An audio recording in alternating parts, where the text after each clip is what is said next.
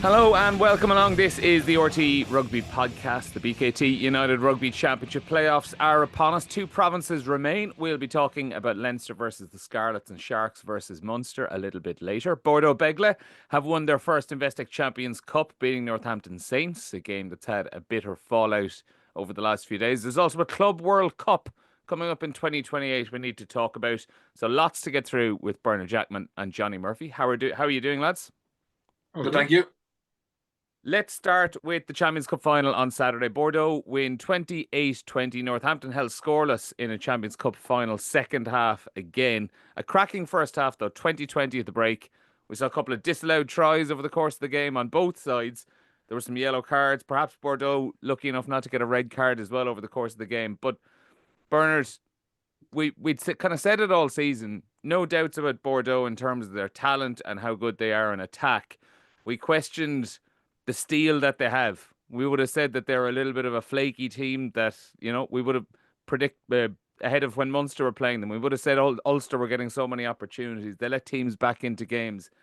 Did you get a good answer that they've kind of washed a bit of that out of their system now? Yeah, I thought it was a very composed, professional performance from obviously Northampton. Struck early with that try from Alex Coles and he would have thought, okay, this is going to test the mettle of Bordeaux. Obviously, half time, 20-all. Again, they're going to have to deal with that. And the problem, obviously, of last year, losing the Harlequins in the knockout stage, getting hammered in the top 14 final, and some of the flakiness we've seen during the year. But in actual fact, when I think back now, and I take into account the final, think the semi-final against Toulouse, where they were up against an opponent who obviously they respected earlier on in the year when they beat Toulouse back-to-back in the top 14. They seem to be a team who have mental lapses, but probably against opponents who are inferior. Does that make sense? Yeah. I think if we think back to the Ulster and Munster games, or some of their group games, it was nearly like they were timed with the opposition. It was like they felt they could score at ease. Whereas against Northampton and Toulouse in the last two rounds, it was like they knew they couldn't have those mental lapses and were just unbelievably focused. And I thought Luku was outstanding, obviously, in terms of just that game management. It allowed Jordie Barrett to do what he does. And obviously, you got so much flair and power with like some Mofana and Peno and Barry and Buros. It's important that you have a nine who plays the percentages. And I thought he did really well. And you would wonder now, are they going to become a superpower? I mean, Toulouse are obviously going to be back with DuPont and the type of player that they're producing year on year. But the Bordeaux Academy is also full of young talent as well. And obviously we know that they get the biggest crowds in pro rugby, a wealthy president who's passionate about it, a fan base now who are going to be galvanized, a city with a soccer club in the third division. Rugby is now the city or the sport of Bordeaux City in the region. So they could be a team like Toulon, back when they dominated Europe. Obviously, it's set up differently. Toulon were mainly world stars from different countries come together, but Bordeaux are mainly French, and they're a joy to watch. And they're an exciting prospect, I think, going forward. It does feel like it's the start of something, Johnny, rather than the end of a journey for Bordeaux. Yeah, well, I think getting over the line now in terms of getting a medal in their pocket and lifting a trophy, and having, those, learning from, as Bert said, those mental lapses in the earlier rounds and a bit of disappointment over, last year. I think it sets them up to understand what it takes to win a big competition, to be, on the game, and they control that second half. Their kicking game was very good. They obviously had a clear tactic in terms of going after chip space in the middle of the pitch. They went after that a couple of times. And then just with you combine the speed they have with the kicking game, it just puts teams, when they do look to play territory, puts them under so much pressure because they have guys who kind of hair out of the line. And then also any kind of loose kicks on the ground, bouncing ball, if you can get another foot on it, they have the speed that can, they can score tries off those, those loose bouncing balls. But yeah, it was a great final. There's obviously a lot of talking points. They obviously, from a mental perspective, with kind of what went on during the game and after the game. And people are obviously speaking about it. They obviously had built up, the Henry Pollock stuff throughout this, so they really used that in the pre-game, in-game, and then obviously on socials and different stuff post-game. So it was, obviously mentally they're using these things to give them a bit of an edge for the final. So but yeah, it's a cracking final. First half was class, just in terms of how it went. I do think Northampton were probably unlucky and they didn't get the rub of the green on a number of things. The early injuries to them, the injuries pre-game, and then the losing Augustus, and then obviously the injuries in game so early really kind of messed any plans they had, and they were probably at plan C or plan D towards the last kind of 10-15 minutes. And then a couple of decisions and a couple of TMOs, things that weren't looked at, do go against them. But, did the best team win? Probably, So, but they were, I do feel, particularly for Sam, I was kind of, they just didn't get any luck in those moments that could have gone their way, But yeah, it was a cracking final to watch. Hey, let's talk. You mentioned, I suppose, the bit of the fallout that's come in the last few days, and most of it is around Henry Pollock, and Bordeaux obviously clearly painted him as the villain leading into the game. There's quotes from Damien Penaud talking about he'd labelled them as a bunch of mercenaries and all this sort of stuff. Nobody can actually find these Henry Pollock quotes, by the way, where he called them all a bunch of mercenaries. So it feels like a lot of it has kind of just been pulled out of thin air or gone through a few different versions of Google Translate to get the version they wanted. But like obviously the pulse check celebration that he was doing against Leinster, some of the players were still the Bordeaux players were still taking the mick out of that by Monday, which felt a little bit like, all right, lads, okay, I think you've made your point here now. Let's just move on from this. There was also a sighting, Bernard, for Jefferson Poirot for grabbing him by the neck of the game. Yeah. There's no decision out on it yet. From what we can see on the footage, I'm not sure where that's coming from. Because if that is a sighting or that's a suspension or a red card, Peter O'Mahony or Eben Etzebeth wouldn't have had particularly long rugby careers. Yeah, and I just got an email. Johnson, for that matter. What? I got an email. Mark Johnson. Yeah. I just got an email about Sam Underhill. He's got 4 weeks, so that decision is out. If the only footage or the incident is the incident that I've seen, it's ridiculous. It's absolutely ridiculous. And you'd wonder, I'd be absolutely shocked if there's any kind of punishment for Poirot. Obviously Northampton afterwards mentioned it and hoped the sighting officer looked at it. But I think if it is the footage that we've seen, it better off just move on. There was obviously a little bit of heat of the moment stuff said at the very end. There was a bit of a push, but unless they've another angle, I can't see it happen to him really. And even having to go face disciplinary seems a bit over severe and not really taking into account the emotion that would have been there at the end. Like the Bordeaux lads are obviously they definitely created some kind of a mentality or narrative that Northampton and in particular Pollock were arrogant and that mercenary thing. I also haven't seen it said. Now, unless it was said on the pitch during the game, but they're certainly enjoying the celebrations. I think there'll be in some shape now for this weekend against Toulon away. I think they're still on the beer.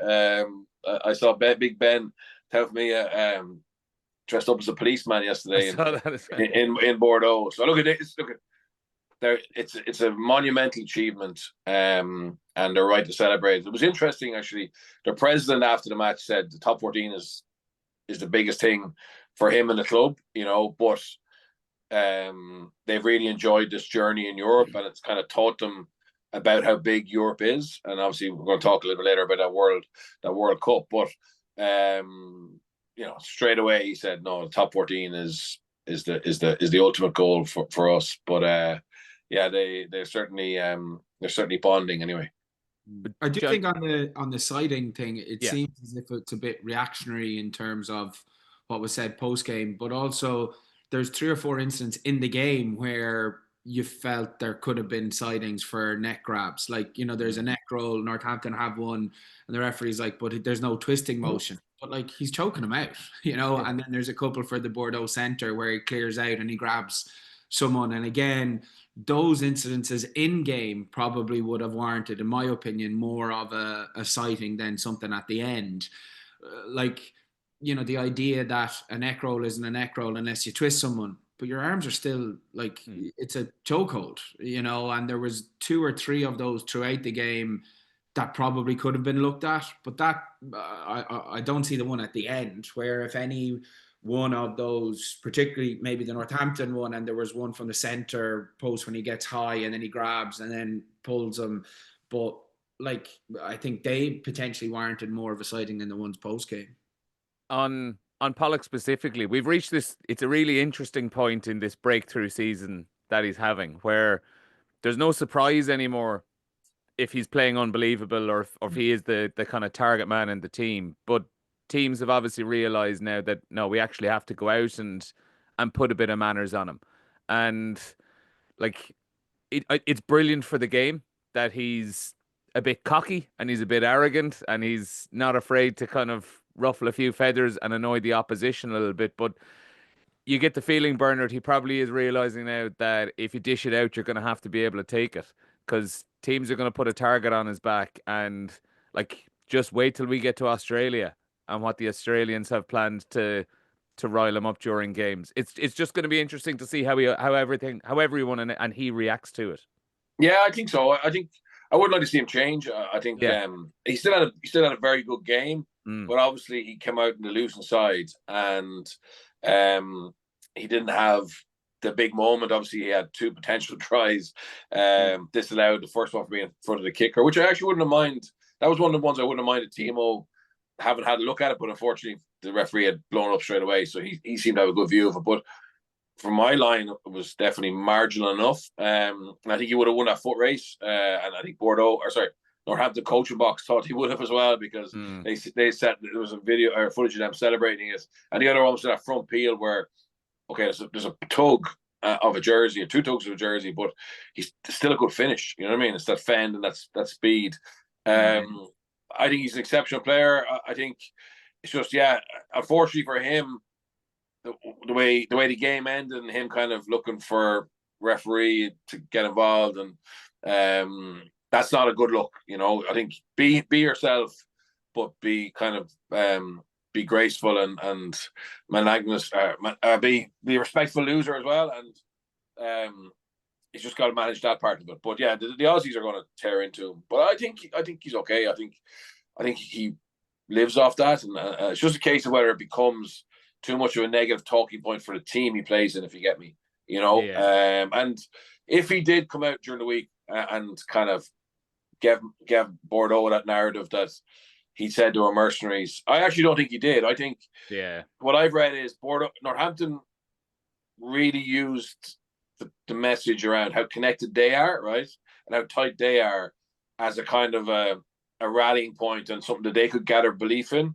And I sense that Bordeaux felt, because they were emphasizing that so much, it was some kind of a slight against them not being connected, and I just gave them a little bit more of a cause. But the reality was, I think at the end of the day, Bordeaux were the best team, and had the best talent, the best players, and performed the best, and they deserve to win it. So I don't think you could argue that whether, you know, you gave them a little bit more of a cause or a bit of a an angle or narrative that led to it. The reality was, and probably all year, Bordeaux being the best team, to be fair. You know, top seeds, played some of the most outstanding rugby, and they did it on the biggest stage in the final. So fair play to them.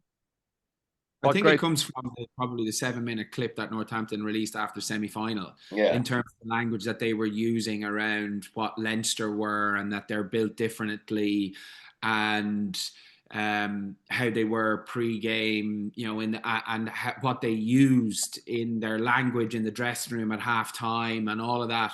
They probably tried to use that and connect that to what, well, they've said that about Leinster, so this is what they're going to do. So, and like, look, I think that's brilliant, because fair play to Northampton for releasing that. Like, that's what everyone wants to see. That goes Yeah, on. it was great.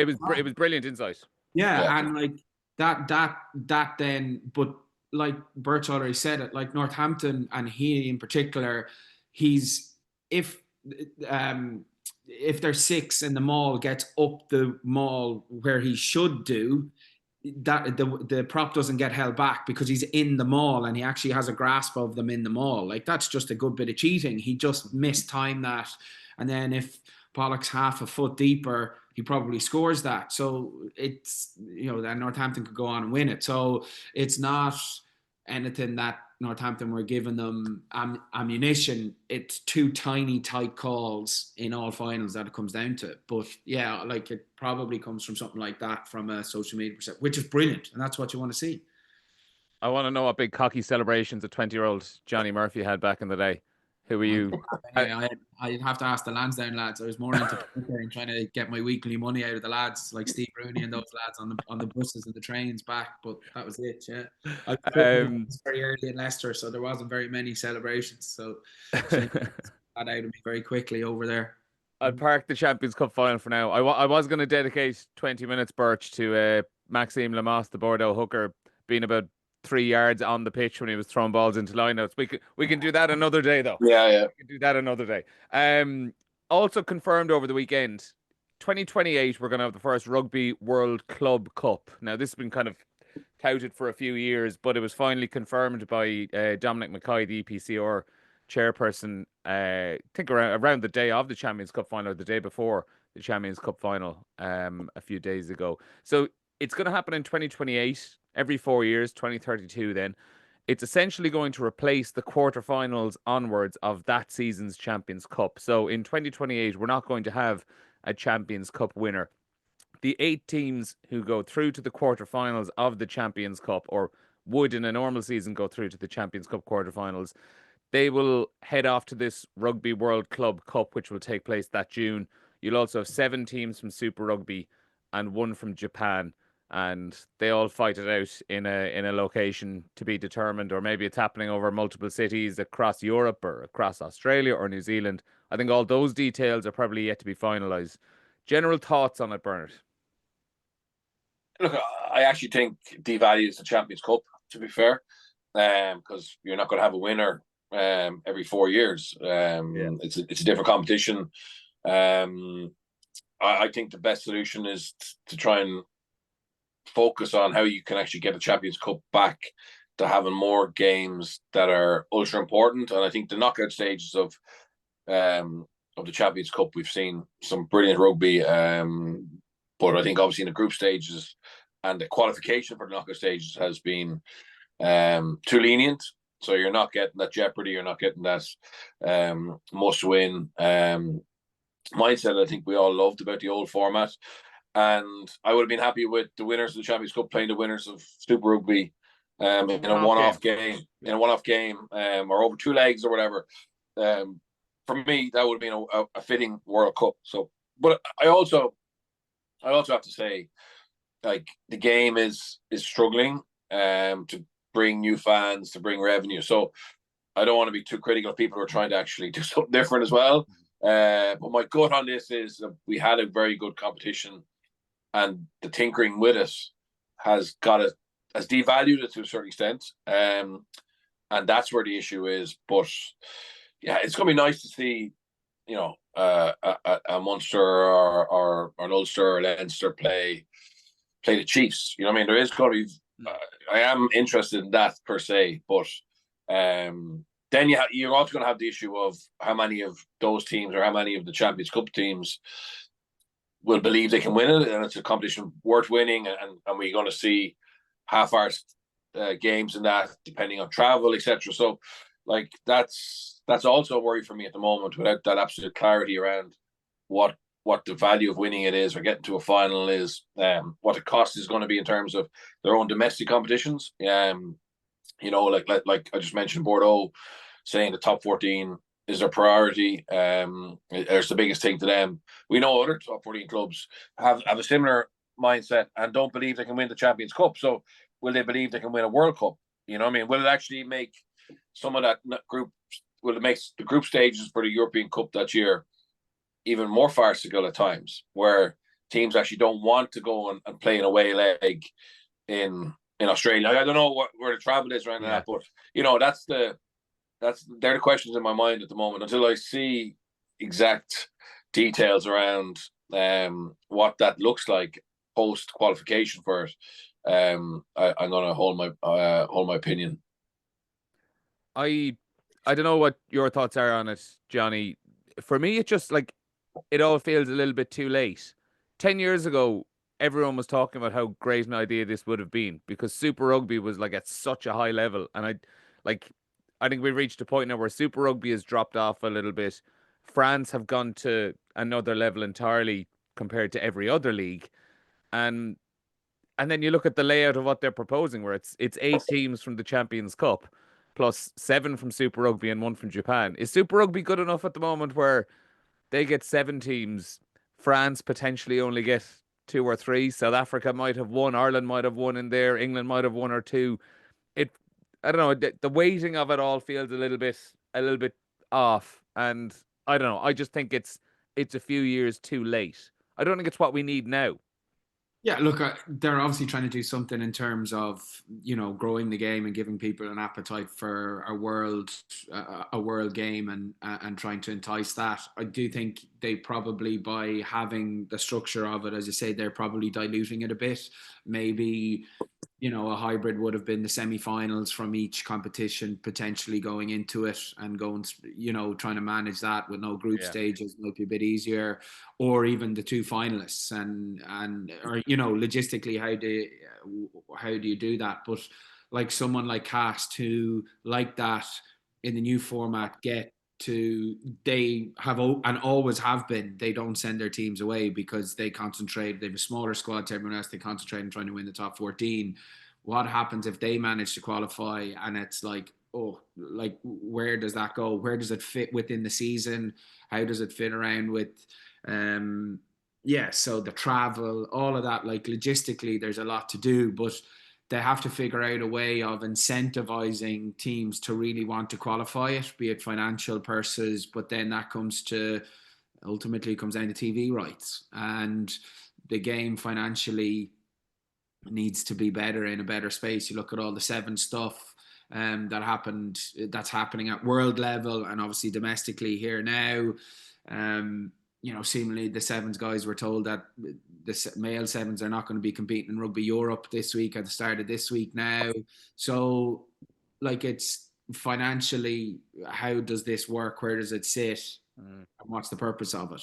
And they've kind of just said this is happening, but there's no details around it. So, look, for me, you go back to the old group stages of the Champions Cup and leave it at that, and then maybe have 8 teams or even the 2 finalists go at each other and figure something out with the Japanese, or I don't know, but it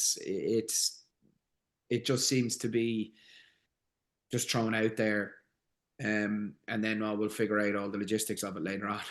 Yeah, I think the 2 of you made good points there that it might be a little bit smarter to fix the Champions Cup before setting off on this Club World Cup venture. So that's something I'm sure we'll hear a little bit more about over the next couple of years. We will keep the ball rolling. Nice little segue between Southern and Northern Hemisphere rugby, bringing us back towards the URC playoffs. Jordie Barrett, some interesting quotes from him over the last week or so. He was speaking to Sport Nation back in New Zealand, and they were talking about obviously players making the sabbatical moves to Leinster.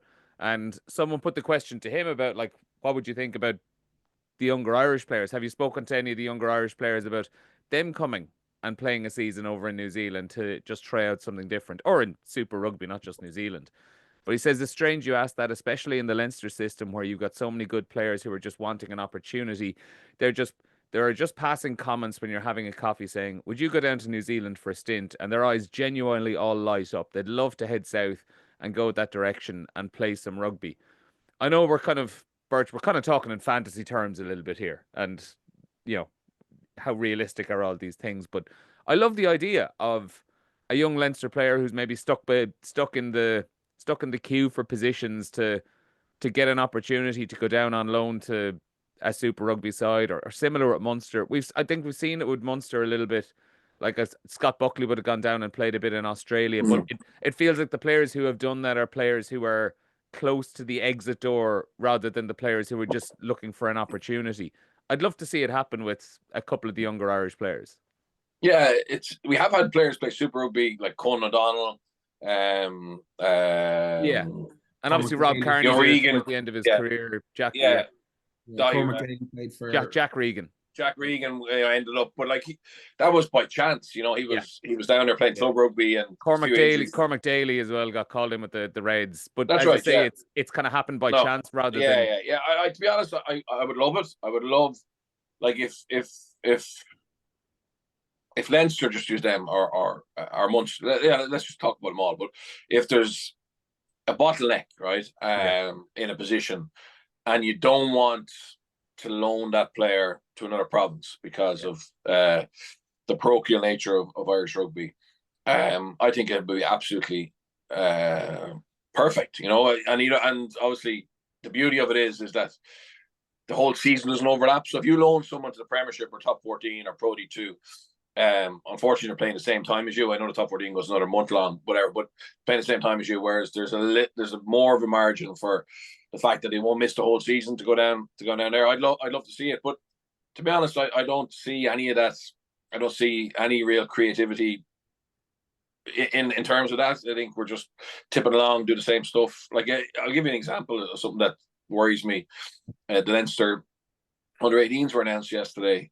Or the day before, but there's no Blackrock College players in it because there's something happening there that, well, I don't know what's happening, but I think, like, there's an obvious example where the top school historically and over the last couple of years their players aren't part of a system which you would believe is geared towards creating the next generation of Irish rugby players. So there's lots of things to fix in-house in Ireland before we can even think about that. But definitely, you would say, if you're a high-performing organisation, you're looking for opportunities to give your players exposure in different ways. And this is, as I said before, this isn't helping any other province. It's not risking the fact that they're going to go down there and like it and stay. If they go to another province, you're actually opening up an opportunity for them abroad. And we've been very good to do it with the likes of Angus Bell and Ione and Jordie Barrett.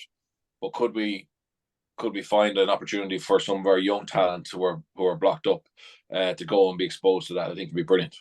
But it's going to have to. Someone in the RFU is going to have to take this by the scruff of the neck if they think it's valuable and actually make it happen. It's not going to, like, you're highly likely the Highlanders are going to ring up the four provinces looking for players. You know what I mean? Yeah, it's just it would have to start probably our way. I don't see it happening, to be honest, in the short term. Yeah, I'm on that school stuff, Birch. It's Rock don't send Rock, Michaels and Tanya don't send players to the 17s program, so which is the first start, which is the start of the pathway within Leinster.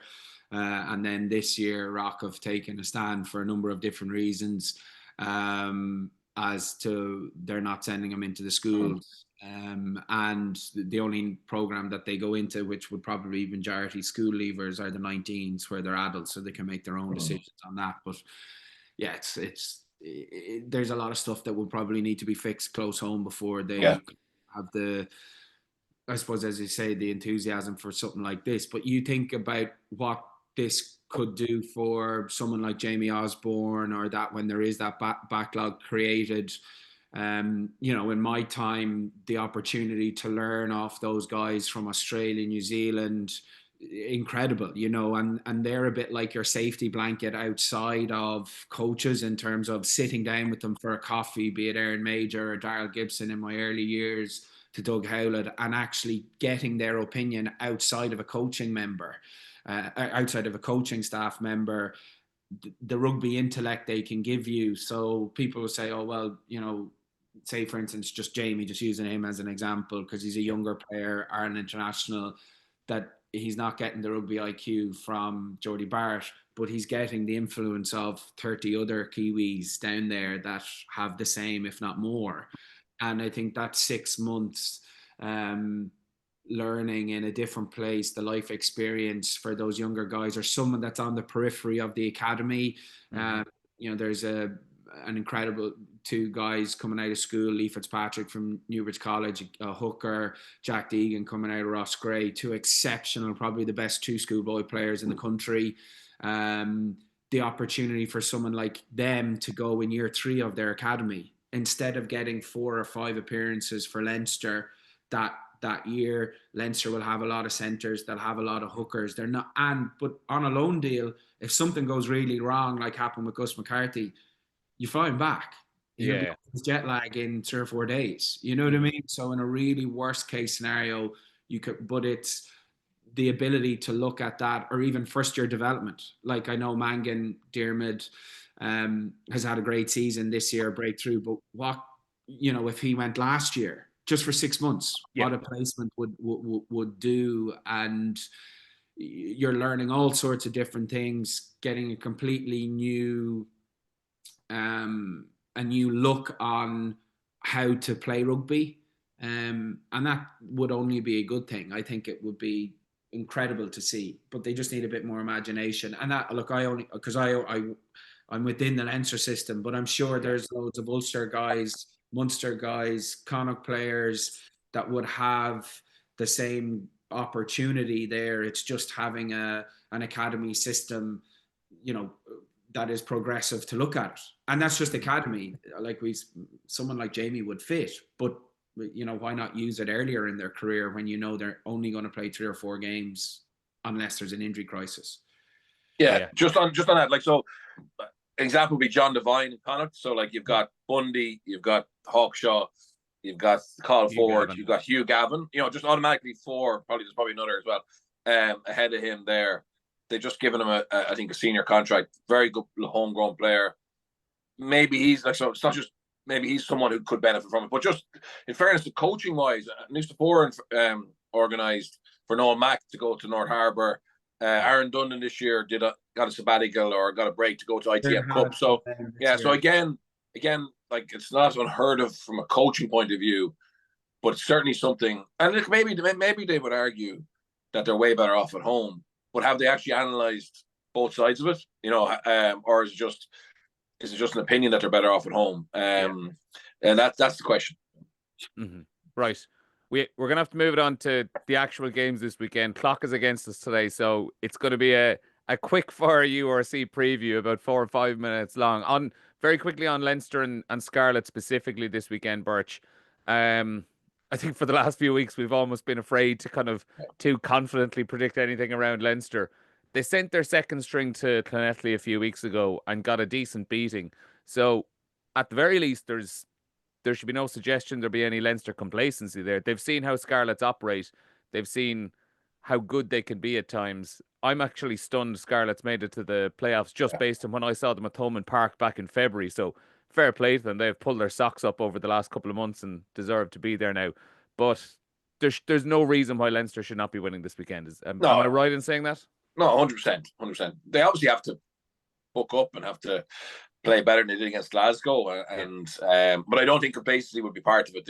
The only risk for Leinster now is, you know, are they mentally damaged by another knockout failure, and can Scarlets put them in a place where they have to chase the game? You know, that's the challenge. Now you would say Scarlets have some attacking threats that could ask questions. The problem though for Scarlets is effectively they had a great end to the season, but the last day of the season, they find out that their future's in jeopardy, you know, because of the whole thing in Welsh rugby. So again, they were really building momentum. They seem to be very well focused. They dealt with all the contract issues that they could control, and then suddenly now it looks like there's going to be a merger between Scarlets and Ospreys, or one of them will fold in the near future. And again, that can be a galvanizing point for some teams, or it can break other teams. So I think we know after 10, 15 minutes how they're going to handle it. And but again, that's certainly not a positive for the Scarlets. It's more than likely a negative, to be fair. You have one team who have all the resources, all the stability, all the advantages, and you have another team who are not sure of the future. I mean, you know, for Leinster to lose this one, it doesn't really bear thinking about in terms of what it means for the future of Leinster. I'll move straight to Munster and Sharks, Johnny, with you. It feels very on brand for Munster, and the story of Munster, who always give us something to talk about, that they're returning to the scene of one of this season's real low points, where, you know, beaten 41-24 at the end of October. A few days later, Graham Rowntree leaves his position as head coach. It would be very, very Munster for them to go back to Durban this weekend and pull off a big win. Now, it's also quite likely that the Sharks could win this game by 20, because the Sharks are just a team like that. You don't know what you're going to get. A bit like Bordeaux maybe earlier on in the season, what we would have said about them. I have no idea which way this game is going to go on Saturday evening. I think of all 4 games, this is probably the trickiest one to call in terms of if you're having a punt on it. Like, because Munster have, a performance like La Rochelle, and for a lot of the game against Bordeaux, are fighting back into those positions. They obviously have the emotional attachment to a game like this with Archer, Murr and Pete finishing. So there are a lot of things in their favor, and they can draw on a lot. They've done it the hard way, 2 years ago, with a lot of the same group. So yeah, it is one of those in the history of Munster. It can be built up to, this is going to be one of their performances. I anticipated it is going to be that. It's going to be really tight, but you look at what the Sharks have, in terms of their extra quality in terms of just on paper, and that then, but you couldn't predict this with any, with having a banker on this team is going to win it, where you look at the others and you'd be fairly close to, I think it's going to be 3 other home wins, where this one is, just from a punting perspective. So hopefully it lends itself to another La Rochelle performance and a historic, they'll get another couple of weeks down in South Africa. What way are you leaning, Bernard? I'll give you the last word on it. Yeah, I like Munster. I think Munster have halfbacks who are flying and have good injury profile at the moment.